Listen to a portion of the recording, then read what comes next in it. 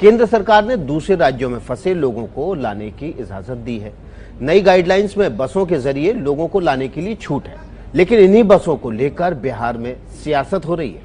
देखिए, नमस्ते भारत में ही कई दिनों से हम आपको विकास दिखा रहे थे दर्शकों को कि कैसे बिहार के अंदर खास तौर पर कोटा के छात्रों को लेकर खूब सियासत हो रही थी। अब देखिए ना, नीतीश सरकार ने विशेष ट्रेन चलाने की मांग की तो विपक्ष के नेता अपनी तरफ से बस देने का ऐलान कर चुके हैं। तो यानी सियासत जो है फुल ऑन जारी है बिहार में। कोरोना काल के इस संकट में ट्रेन और बस के बहाने में हो रही बिहार की सियासत को समझाने वाली हमारी ये रिपोर्ट देखिए। बस और ट्रेन में उलझी है दूसरे राज्यों में फंसे बिहार के लोगों की घर वापसी, और इसी पर हो रही है बिहार में सियासत। आप सोच रहे होंगे कि आखिर ऐसा क्यों? जब केंद्र ने बसों के जरिए लोगों को लाने की इजाजत दे दी है, तो फिर नीतीश सरकार विशेष ट्रेन चलाने की मांग क्यों कर रही है? केंद्र सरकार की एडवाइजरी के बाद अपने अपने लोगों को राज्य वापस बुलाना बिहार सरकार के लिए खास तौर पर बड़ी चुनौती हो गई है, वो भी तब जब सरकार के पास पूरा आंकड़ा मौजूद नहीं है। दूसरे राज्यों में फंसे कितने लोग बिहार वापस लौटना चाहते हैं? इसके लिए सरकार उन आवेदनों को आधार मान रही है जिन्होंने आर्थिक मदद के लिए अप्लाई किया है। 27 लाख लोगों ने मुख्यमंत्री सहायता के लिए आवेदन दिया है। दिल्ली से 5 लाख, महाराष्ट्र से 2,68,000, कर्नाटक से 1 लाख से ज्यादा लोग, गुजरात से 2 लाख से ज्यादा लोगों के आवेदन आए हैं।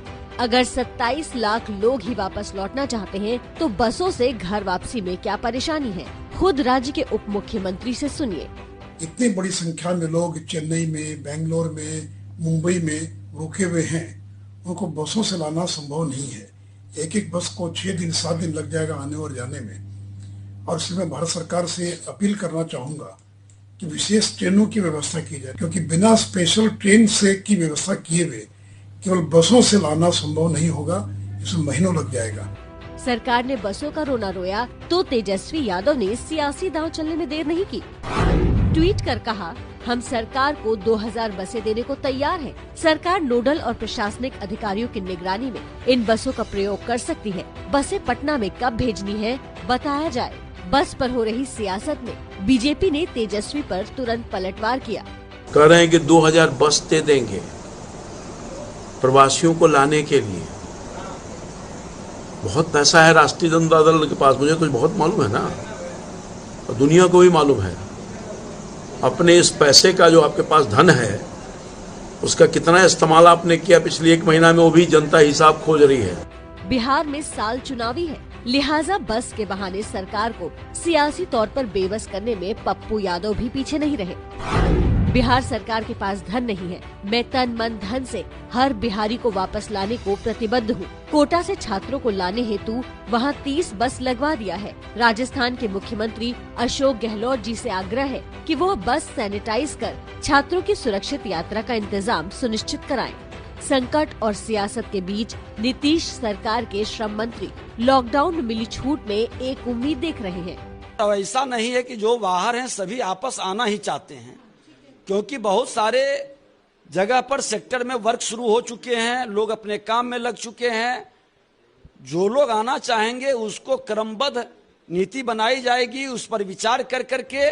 सरकार ने लोगों को घर वापसी के लिए 19 नोडल अफसरों के नाम जारी कर दिए हैं। नीतीश कुमार ने एक हाई लेवल बैठक कर पूरी तैयारी का जायजा लिया। बिहार आते ही स्क्रीनिंग होगी। संबंधित प्रखंड में बने क्वारंटीन सेंटर में लोगों को भेजा जाएगा।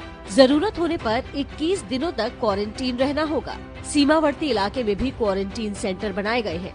जहां भी हमारे माइग्रेंट्स आएंगे, जहां उनका डेस्टिनेशन पॉइंट होगा, वहां पे उनकी स्क्रीनिंग की जाएगी और स्क्रीनिंग के बाद जरूरत अनुसार उनका आगे टेस्ट, स्वैब टेस्ट किया जाएगा।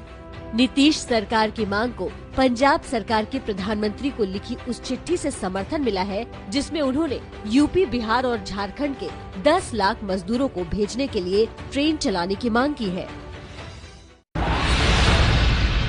कोरोना के संकट काल में बिहार के गोपालगंज से परेशान करने वाली तस्वीरें आई हैं सामने। बिल्कुल, देखिए कई सारे मजदूर ऐसे हैं जो अलग अलग राज्यों से यहाँ पहुंचे, लेकिन सरकार और प्रशासन ने इनके लिए कोई इंतजाम नहीं किया। जो लोग आना चाहते हैं वो आने को तो बेचैन है, लेकिन उनको ये नहीं पता कि यहाँ आकर उनको कितनी दिक्कतों का सामना करना पड़ेगा। अब हालत ये है कि 50 से ज्यादा मजदूर सड़क पर ही रहने को मजबूर है। कोरोना के संकट काल में ये तस्वीरें डराने वाली हैं।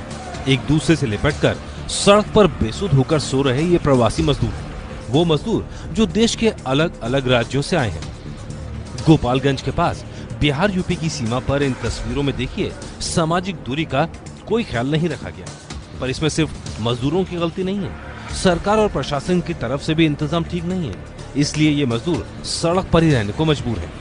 रोजगार चले जाने के बाद कोई राजस्थान से, कोई पंजाब से, तो कोई हरियाणा से बिहार पहुंचा है। 1000 से ज्यादा किलोमीटर का सफर इन मजदूरों ने पैदल और साइकिल के सहारे तय किया। राजस्थान से आए हम और गांव जाना चाहते हैं हम चरौद प्रखंड में, जिला सीतामढ़ी, और हम बहुत परेशान हैं। हमारे साथ वाले सभी को भूख लगा हुआ है, इनको खाना नहीं मिल पा रहा सर, पैसे खत्म हो गया, कंपनी बंद हो गया, इसीलिए हम यहाँ पे आए। कैसे आए थे आप? पैदल आए। मैं तो हरियाणा से चला हूँ और मैं मधुबनी जिला में बिहार में जाना चाहता हूँ। मैं बैटरी वाला ई रिक्शा चलाता था हरियाणा में। कैसे चले आप लोग? साइकिल से चले, 3 आदमी हरियाणा से। हालांकि गोपालगंज के एसडीएम का कहना है कि तैयारी पूरी है और जल्दी बसों से इन मजदूरों को बिहार के अलग अलग जिलों में भेजा जाएगा। जो भी लोग आएंगे उनका रजिस्ट्रेशन होगा, रजिस्ट्रेशन होने के बाद जिलावार बस खुलेगी यहाँ से और उसमें उन लोगों को बैठा के संबंधित जिला को हैंड ओवर किया। पर जब तक मजदूर गोपालगंज में हैं, कम से कम इनका रहने और खाने का सही इंतजाम तो होना ही चाहिए। देखिए, परेशानियां जो है मजदूरों की वो खत्म होती नहीं दिख रही, लेकिन यहाँ खड़े होने का मकसद मेरा दरअसल ये है ताकि आपको मैं विस्तार से बता पाऊं कि हर राज्य ने नोडल ऑफिसर की तैनाती कर एक बड़ी व्यवस्था करने की जोर आजमाइश की है।